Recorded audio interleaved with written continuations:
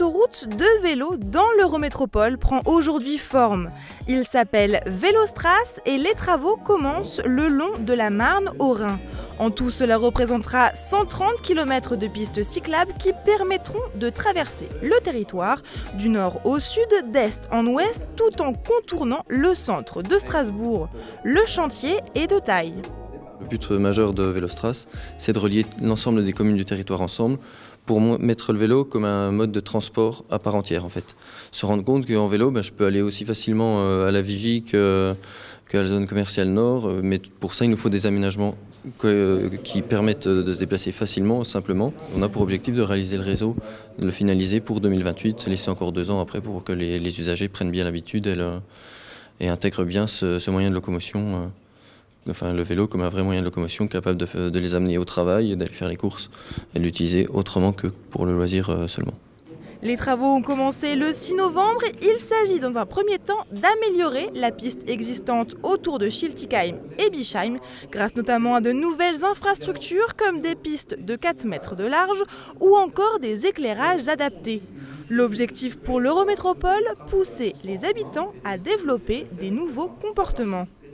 C'est un des premiers critères aussi de Vélostrace, c'est de favoriser la cohabitation entre les piétons et les cyclistes, qu'un aménagement Vélostrace soit gagnant pour les piétons et pour les cyclistes. Et donc quand on est sur des itinéraires vraiment de transit où il va y avoir du trafic important, l'idée c'est de séparer aussi les piétons et les cyclistes et de donner un espace bien identifié à chacun. Et donc avec une nouvelle identité visuelle, avec des plans aussi très simples, avec du marquage au sol en couleur, avec des itinéraires qui auront des lettres comme l'ont les lignes de tramway, on assimile un peu ce réseau d'autoroutes à vélo à un réseau de transport en commun et l'idée c'est vraiment de changer aussi la perception que les habitants ont de leur territoire.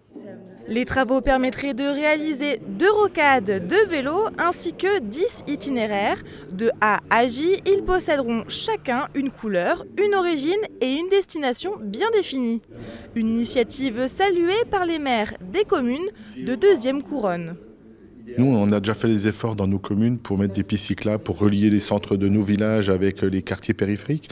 Maintenant, il nous faut une piste cyclable qui nous permet d'aller en sécurité sur Strasbourg. On voit les utilisateurs de vélo. Ils ont besoin de sécurisation et ils ont besoin de cette piste. Ils le disent, oui, ils nous le demandent.